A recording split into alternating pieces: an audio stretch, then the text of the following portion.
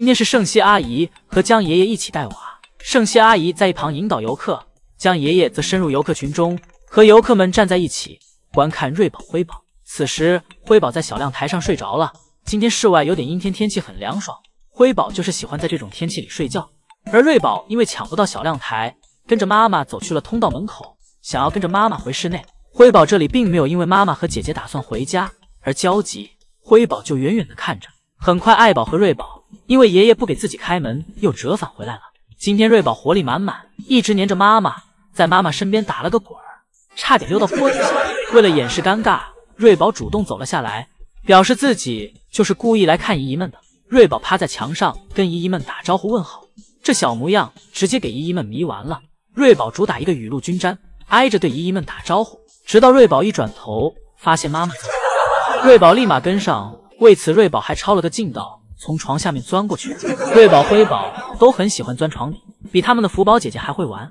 一会儿姐妹俩回家了，姐妹俩回室内后，二话不说就爬到了小树上，然后躺在小树上和彼此玩闹。姐妹俩总是这样，闹着闹着就睡着了。今天又是宋3岁来遭罪，不过好在今天下班时宝家都没有在睡觉，这让宋3岁收熊的工作轻松了不少。宋3岁这时给通道门打开了，爱宝开始完成自己下班前的最后一项任务，那就是不把青团带回家。而辉宝则坐在一旁，举着一根长长的竹子，像模像样的营业吃饭。下一秒，辉宝听到宋3岁员工门打开的声音，辉宝一溜烟就跑了。要是给辉宝放在野外，辉宝肯定也会受到危险，因为还没等危险来临，辉宝就跑没影了。辉宝总是跑走后再回头查看，先行动再思考。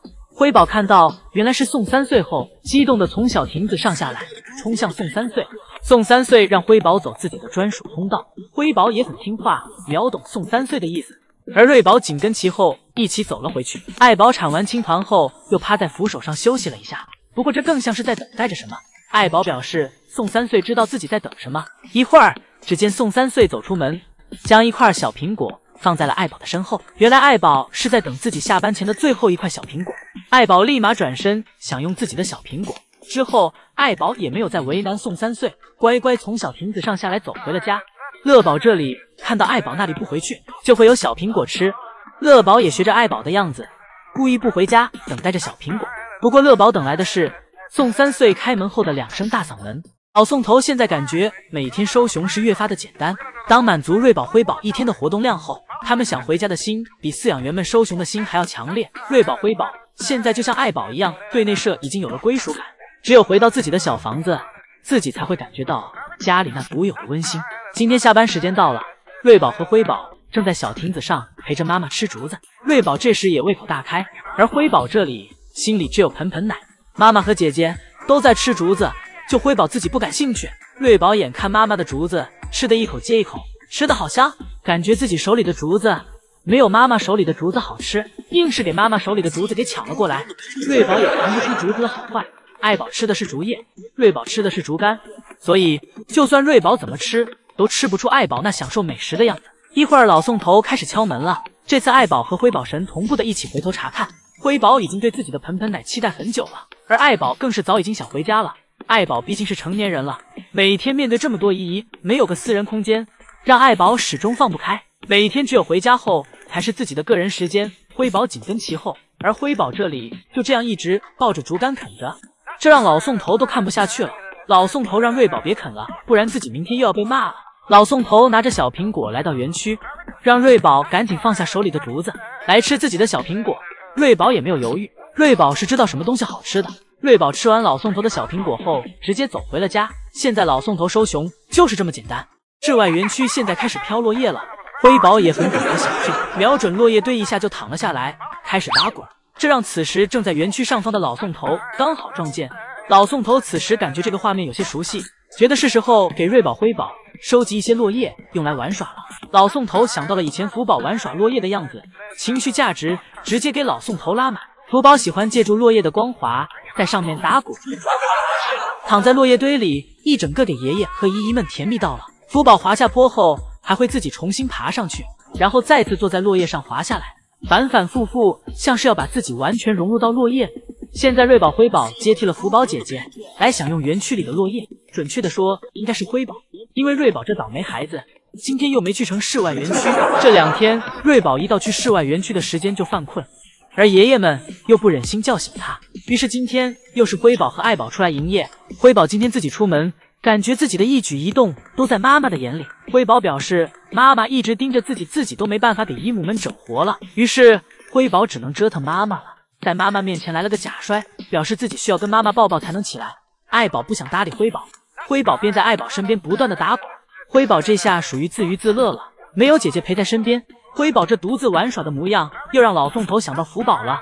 感觉出辉宝的无聊后，才明白福宝当年是有多坚强。辉宝虽然这时候没有人陪伴自己，但一会儿回室内了就会和姐姐相见。但福宝从小到大都是一个人，好在大熊猫不懂内耗，他们看到什么玩什么，上一秒的烦恼，下一秒就会忘记。爱宝此时已经在通道门口徘徊好久了，终于盼来了通道门的打开。辉宝扭头看到妈妈已经离开了，辉宝这里还在故作淡定，但一想到世外园区又没人陪自己，立马就跟着妈妈一起回了室内。回到室内后的辉宝先是跟姨母们打了个招呼，然后便跑到树上找姐姐去了。此时的瑞宝还没睡醒呢，辉宝咬着瑞宝的屁股，试图再叫姐姐起床，跟姐姐说自己有多想姐姐。辉宝趴在瑞宝的身上，表达着自己对姐姐的思念。不过辉宝折腾半天，非但没给姐姐叫醒，自己也睡了。宋爷爷以后再也不用因为姐妹俩下班不回家而苦恼了，更不用再为此担心。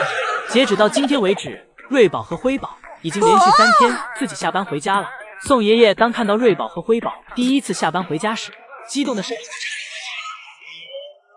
이 녀석들 엄마 따라서 처음으로 퇴근했네. 완성.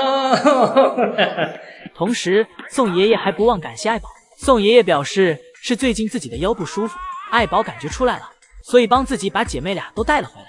송방 허리가 너무 아파서 오늘 아이바오 힘을 빌렸습니다. 잘했어. 고마워 아이바오. 而在今天，就算不是宋爷爷值班，姐妹俩到下班点后也很自然的回了家。当然这离不开爱宝的努力。瑞宝和辉宝能够自己回家，爱宝是最大的功臣。爱宝现在给姐妹俩带来的威压，直接能给其下比较。现在饲养员们也有在刻意去锻炼爱宝，带姐妹俩回家。为此，现在每到下班点时，爷爷亦或是姨母会将通道门一直开着，而通道门里面还有一个门，则是位于体重秤前通往房间的门，这个门则是处于关闭状态。而现在每次爱宝回家时，发现回房间的通道门没有打开，便会再次返回园区查看是什么原因，以及到奶爸门口询问情况。不过聪明的爱宝很快就明白了奶爸的意思。爱宝发现只有瑞宝和辉宝一起跟自己回去时，奶爸才会开门，于是爱宝就这样被迫接下了带姐妹俩回家的工作。当爱宝喊姐妹俩回家时，辉宝此时依旧想用老办法往树上爬，以为这样妈妈就会和爷爷一样拿自己没办法了。但爱宝可不会像爷爷一样留手，看出辉宝的小心思来后，爱宝立马去阻止辉宝，直接给爬到一半的辉宝从树上拽了下来。这样一来，辉宝也不敢再继续反抗，爱宝连踢带打的给辉宝弄了出去。而这时得空的瑞宝则趁妈妈没注意到自己，快速爱宝给辉宝拖回去后，回来发现瑞宝已经上树了。就在姨姨们以为爱宝这下拿瑞宝没办法了，下一秒不知是不是因为爱宝的威慑力太强了，亦或是爱宝在树下跟瑞宝说了什么，只见瑞宝看到妈妈回来了，竟慢慢的从小树上爬了下来，然后快速的跟上妈妈一起回了家。爱宝拿捏姐妹俩确实要比爷爷们轻松许多，而想必有了爱宝的这番教育，以后宋爷爷就不用再上树摘熊了。